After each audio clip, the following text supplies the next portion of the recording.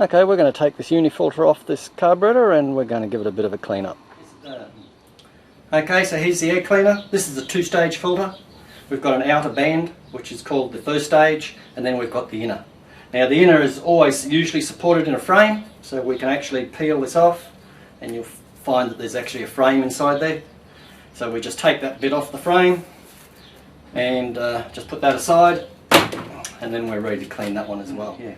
Now in this case the inner is perfectly clean.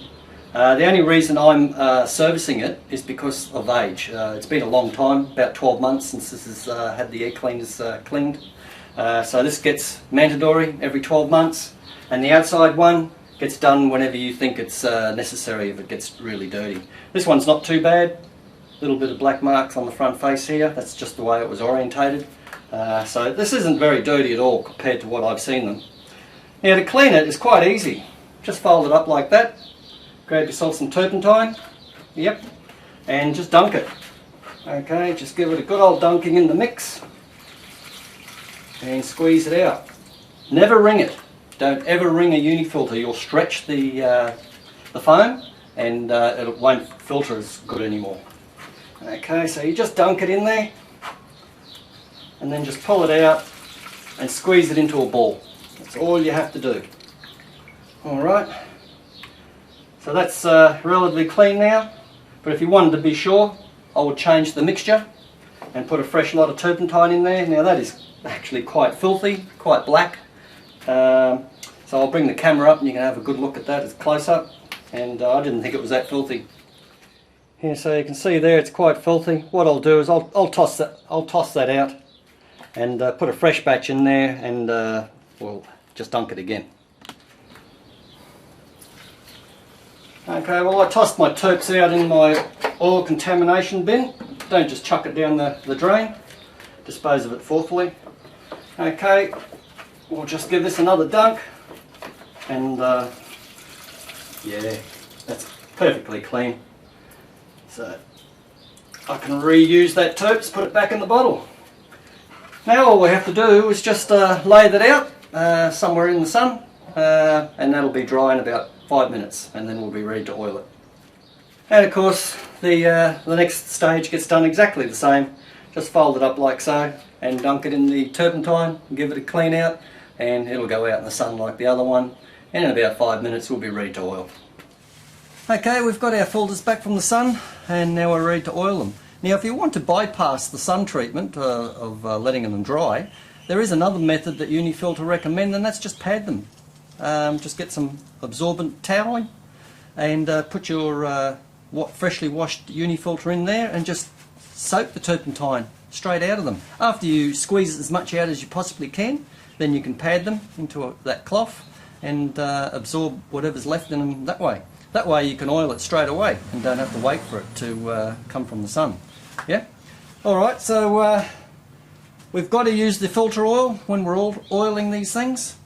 Motor oil, the K&N filter oil, any other sort of oil, doesn't matter what it is. Chain bar oil, doesn't matter. It will not work in this filter. Okay, you must use the uni-filter oil.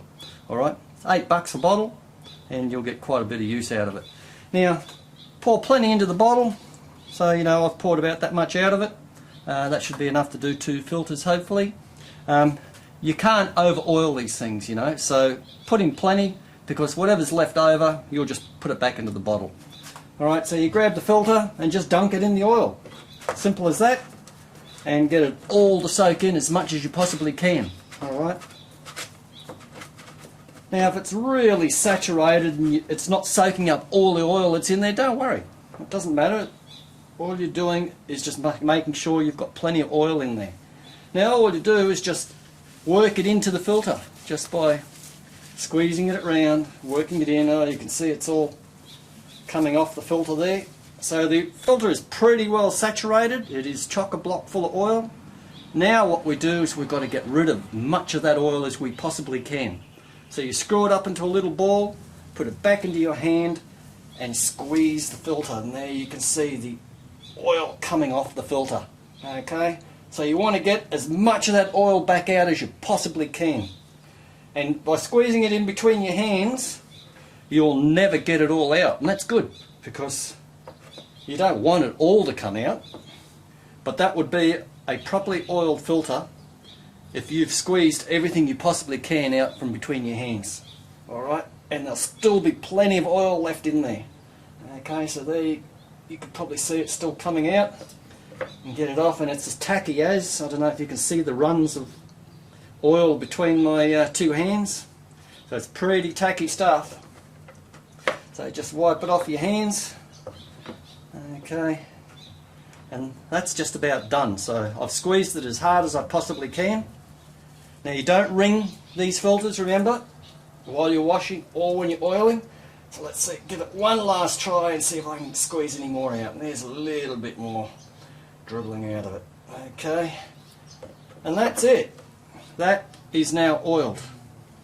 Okay, we've tried to squeeze out as much as we possibly can, and that is good enough. Alright, so we just do the same with the other filter, and basically that's the oiling job done, and you're ready to put it back on your car.